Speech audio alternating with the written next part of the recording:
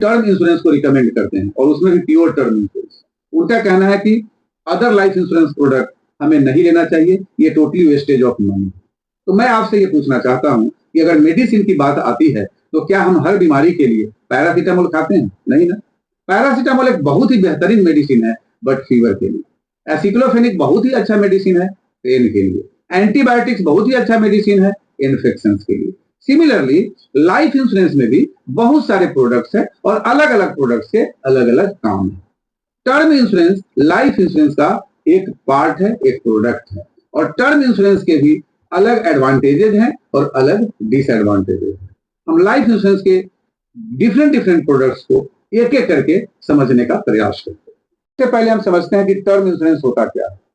Term insurance में pure risk होता है, यानी लिविंग बेनिफिट कुछ भी नहीं मिलता है, डेथ बेनिफिट मिलता है। जब एक व्यक्ति की डेथ हो जाती है और अगर उसने टर्म इंश्योरेंस लिया हुआ है तो उसके फैमिली को जितने का टर्म इंश्योरेंस लिया हुआ है, 1 करोड़ 2 करोड़ 5 करोड़ का, उतना पैसा उसके फैमिली को मिल जाता है। लेकिन सर्वाइवल के केस में जब वो व्यक्ति जिंदा रह जाता है और टर्म खत्म हो जाता है तो उस केस में उनके फैमिली को या उनको कोई सर्वाइवल बेनिफिट नहीं मिलता है। यानी टर्म इंश्योरेंस में बहुत ही छोटा अमाउंट में बहुत बड़ी रिस्क कवरेज मिलता है, ये इसका एडवांटेज है। लेकिन लिविंग बेनिफिट इसका 0 होता है, ये इसका डिसएडवांटेज है। आइडियली करना क्या चाहिए? याद रखिए, मैं आइडियली बोल रहा हूं। आइडियली हमें यह करना चाहिए कि कम पैसा देकर के प्योर टर्म इंश्योरेंस खरीदना चाहिए, जिससे कि रिस्क कवरेज बहुत बड़ी हो जाए और इन केस ऑफ डेथ हमारे फैमिली को एक सफिशिएंट अमाउंट मिले ताकि हमारे फैमिली को पैसे की परेशानियों का सामना नहीं करना पड़े। और लिविंग बेनिफिट के रूप में हमें इन्वेस्टमेंट करना चाहिए म्यूचुअल फंड्स में, लमसम के रूप में या फिर एसआईपी के रूप में, ताकि एक वेल्थ क्रिएशन हो सके और इससे बच्चों की पढ़ाई हो सके, बच्चों की शादी के लिए हमारे पास फंड रहे और हमारे रिटायरमेंट के लिए फंड रहे। तो ये हमें अलग अलग इन्वेस्टमेंट करना चाहिए। ये हमने आइडियल बताया कि ऐसा होना चाहिए, लेकिन प्रैक्टिकली होता क्या है? हमने जो देखा है, जो अनुभव के आधार पर मैं आपको बता रहा हूं, होता क्या है कि टर्म इंश्योरेंस अलग ले लेता है एक इंसान और इन्वेस्टमेंट म्यूचुअल फंड के रूप में अलग से करता है।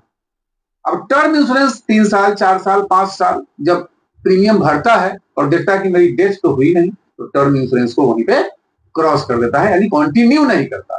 तो मैक्सिमम टर्म इंश्योरेंस, क्योंकि उसमें सर्वाइवल बेनिफिट नहीं है, इसलिए डिसकंटिन्यू हो जाता है। यानी डेथ बेनिफिट का जो पर्पस था हमारी फैमिली की सुरक्षा के लिए, वह डिस्टर्ब हो गया। ऐसा प्रैक्टिकली होता है।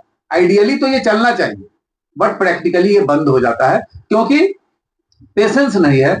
इंसान ये नहीं, इस बात से खुश नहीं है कि चलो कोई बात नहीं, एक छोटा सा प्रीमियम गया, एक बड़ी कवरेज में अपनी फैमिली को सुरक्षा के लिए दे करके चल रहा हूं, एक छोटा सा अमाउंट दे करके, यानी कल को कुछ हो गया तो मेरी फैमिली को अच्छा अमाउंट मिलेगा और मेरी फैमिली सिक्योर रहेगी। और खुशी की बात यह है कि मैं भी जिंदा हूं।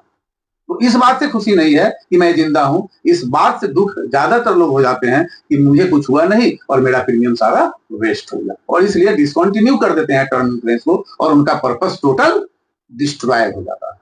अब आ जाते हैं म्यूचुअल फंड के केस में। म्यूचुअल फंड के केस में भी ये देखा गया है कि जैसे ही, क्योंकि मार्केट रिलेटेड ये इन्वेस्टमेंट है, जैसे ही मार्केट अप डाउन होता है, फ्लक्चुएशन होता है, तो मोस्ट ऑफ द केसेस में लोग क्या करते हैं, घबरा जाते हैं, डर जाते हैं और अपना मनी विड्रॉ कर लेते हैं।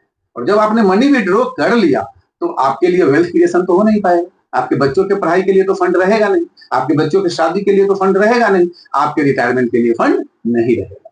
अगर आपको वेल्थ क्रिएशन करना है, आपको पैसा बनाना है और हर समय के लिए आपके पास चाहते हैं कि फंड रहे, तो आपको म्यूचुअल फंड में एसआईपी के फॉर्म में करें या लमसम के फॉर्म में करें, कैसे भी आप करें, एक लंबे समय तक आपको मार्केट में टिकना पड़ेगा, सो दैट कि आपको कंपाउंडेड इफेक्ट इसका मिल सके, कंपाउंडेड बेनिफिट आपको मिल सके, तभी जाके आपका पर्पस सॉल्व हो पाएगा। यानी टर्म इंश्योरेंस से आपकी फैमिली की सिक्योरिटी मिलेगी इन केस ऑफ डेथ, और इन्वेस्टमेंट जो आपने म्यूचुअल फंड के रूप में किया, इससे आपको अलग अलग टाइम पर आपको फंड की रिक्वायरमेंट जब होगी तो यहां से आप विड्रॉ कर सकते हैं।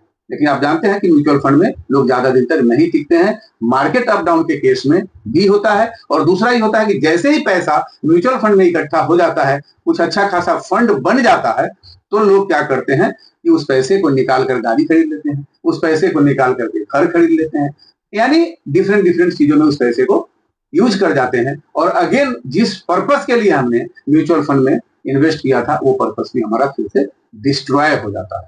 तो term insurance plus mutual fund, अगर आप चाहते हैं कि आपके पर्पस को पूरा करे तो आपको संयम रखना पड़ेगा और लंबे टाइम तक मार्केट में टिकना पड़ेगा। ये है आइडियल सॉल्यूशन।